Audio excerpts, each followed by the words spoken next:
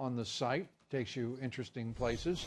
96% of the results from national left-wing media. In the first 100 results, CNN appears most frequently, 21 times, followed by Washington Post and NBC. That is tough going.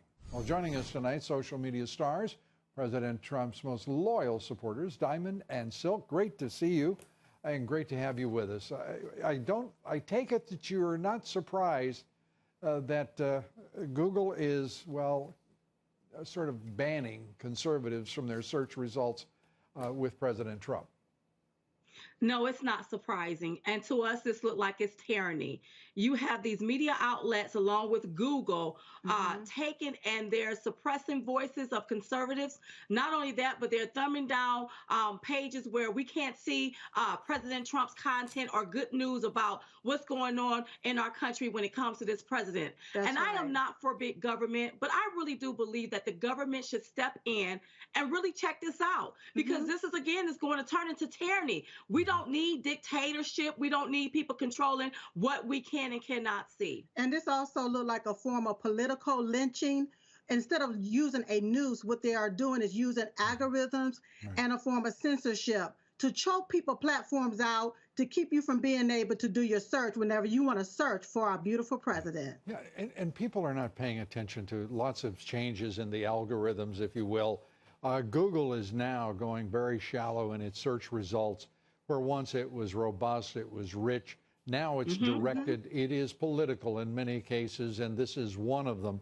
It's a shame. And when you talk about big government, the role of government, and balancing that against I mean, when you see a biased result like this from one of the most powerful companies, if not the most powerful company in this country, you have to do something. And yet we are permitting deep, profound economic concentration of wealth, deep, profound concentration of political power.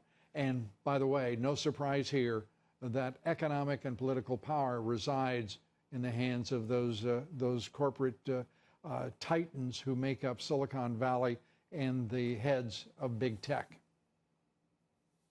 You're absolutely right. That's right. And this is exactly why somebody's going to have to step in and take a look at this here, because not only can they control the United States, but control the world, everything around the world. Yeah. These big tech companies don't care about conservative voices. They don't care about our president. What they want to do is push their narrative, and they want you to bite that narrative. They are trying to control the masses, and we cannot let that happen.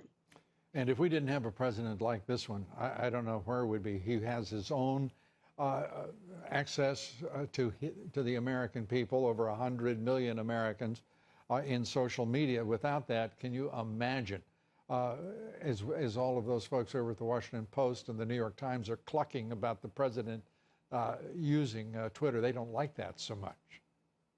Well, they may not like it, Lou, but here's the thing. He has to use Twitter to get his message out, because the left-wing media is going to beat him up. They're going to run their narrative. They're going to play games, and they're going to use smear tactics to smear him. So he has to get his message out through social media.